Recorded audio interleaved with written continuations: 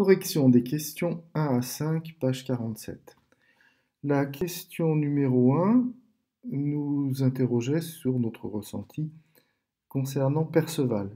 Quelle image nous faisons-nous de ce garçon? Alors, l'image, évidemment, peut varier selon les personnes, mais tout le monde, je pense, aura à l'idée l'image déjà d'un jeune homme, un homme très jeune, d'autre part d'une grande naïveté, voire l'idée de quelqu'un qui serait assez bête, ignorant, sans aucun doute. Il ne connaît pas les armes, il ne connaît pas non plus la façon de se présenter. Il est enthousiaste, et enthousiaste d'une manière un peu folle. On reviendra dessus.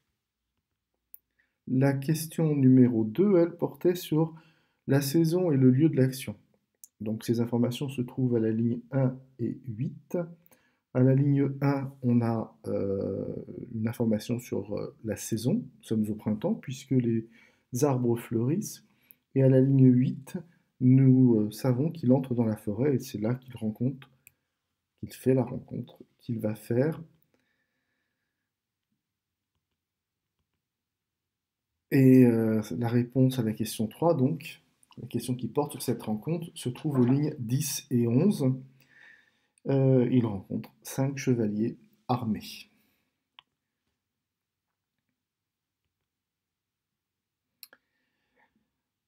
La question numéro 4, donc à quelle personne le narrateur mène-t-il le récit? Il le mène à la troisième personne, c'est donc un narrateur qui est extérieur à l'histoire. Et donne-t-il des informations précises sur le nom et le passé de Perceval? Absolument pas. Les informations précises que nous avons, c'est dans le paratexte. On précise aussi dans le paratexte que c'est le début du roman. Donc si c'est le début du roman, c'est qu'il n'y a rien d'écrit avant.